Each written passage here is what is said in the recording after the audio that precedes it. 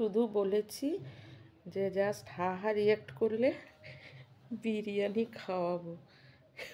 যে হা হা রিয়াক্ট দেবে তাকে বিরিয়ানি খাওয়াবো। কেন বলেছি আমি, যে সমস্ত মানে যে কোনো ধরনের মানে যারা যারা একটু লেখে টেখে, হ্যাঁ, বা যে কোনো ঘটনা লিখেছে, কারোর সাথে কেউ পালিয়ে গেছে, হ্যানা ত্যানা, যে কিছুর মধ্যেই দেখি একটা হা হা রিয়াক্ট কোনো না কোনো ছেলে মানে হা হা রিয়াক্ট দিয়েছে। একটা না, এবং অগুন্তি কিছু লোকের আছে শুধু একটা ইমোজি দেবেই।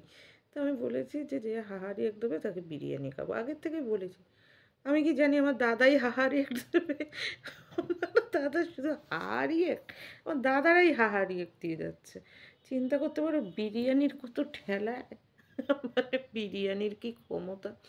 বিরিয়ানি দাদাদেরকে পর্যন্ত বাচ্চা বানিয়ে দিচ্ছে, ছোকরা বানিয়ে দিচ্ছে, চ্যাংড়া বানিয়ে দিচ্ছে। চিন্তা করতে পারো আমার পোস্টে হা রিয়াক্ট দিয়েছে আমার দাদারা, তাও আবার বিরিয়ানির পোস্টে। একজন তো হেসে একেবারে চোখ দিয়ে জল বেরিয়ে গেছে, ওদের ডিবা বিরিয়ানি খাবে।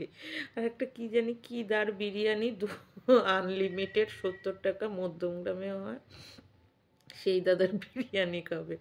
কি জানি এখানে হাসতে হাসতে একদম চোখ দিয়ে চোখ, মানে এমন একটা কার্টুন পাঠিয়েছে। চিন্তা করতে পারো মানে বিরিয়ানির অবস্থা, মানে বিরিয়ানি দেখলে এরা ভুলে যায় যে এদেরও ছেলে মেয়ে বড় হয়ে গেছে। চিন্তা করতে পারো এখন আমি পিসি হিসাবে যদি ওদের ছেলে মেয়েকে বলে দিই দেখ তোর বাপের কাণ্ড, আমার তো দাদা ঠিক আছে, এখন তাদের ছেলে মেয়েরা বলবে যে পিসিমণি এটা তো তোমার দাদা।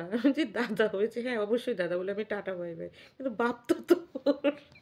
আমি যদি এখন তো শ্বশুরবাড়িতে বলে দিই, দেখেন আপনার মানে ধরো দাদার ছেলের কে বলি, ওর বউকে বলি, দেখ তোর শ্বশুর, দেখো বৌমা তোমার দাদার ছেলেকে যদি বলি, যে ছেলের বউকে, যে দেখো বৌমা তোমার এখন তার বৌমা ডাকে না, নাম ধরেই ডাকে, যে দেখ তোর শ্বশুরের কাণ্ড, বিরিয়ানি বললে একটা হাহা রিয়েক্ট দিতে থাকে, বিরিয়ানি খাওয়াবো বলেছি বলে। বা ওর মেয়েকে যদি বলি, মেয়ের শ্বশুরবাড়িতে, দেখেন আপনার বেয়াই মশাইয়ের কীর্তি, হাহা রিয়েক্ট দিতে বলেছি, যে হাহা রিয়েক্ট দিলে বিরিয়ানি খাবো। একেবারে হাহা রিয়েক্ট মানে একেবারে কেঁদে কেটে অস্থির, হাসতে হাসতে। বুঝতে পেরেছেন কী অবস্থা আমার দাদাগুলোর?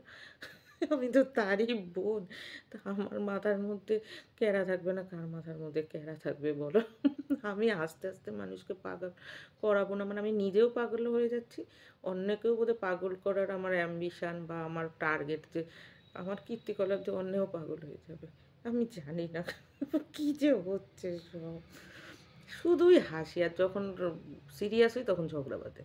কিন্তু সিরিয়াস হই আমি বোধহয় সপ্তাহে 1 ঘন্টার জন্য হই কিনা সন্দেহ। আমার লাইফে সিরিয়াসনেস নেই কিছু, শুধুই সব কিছুতেই হাসি পায়। মানে এখনও হাসছি, মানে আমার এমন একটা অবস্থা, পাতার মধ্যে পাখির হাগা দেখলেও আমার হাসি পায়। মানে পাতার মধ্যে পাখিটা পাট করে হেগে, মানে উপর থেকে একটা হাগু পড়েছে, তাই দেখলেও আমার হাসি পাচ্ছে। কী হয়েছে আমার বোধহয় কোনো হাসির হরমোন আছে বোধহয়। লোকেদের যেমন ছোকছোকানি হরমোন থাকে, মেয়ে দেখলে ছোকছোক, ওই দেখলে ছোকছোক, ইদানিং মেয়েদেরও আছে, ছেলে দেখলে ছোকছোক। হুম। তারপরে ধর্মগুরুদের বিদ্বেষমূলক ছোকছোক না করে পারছে না।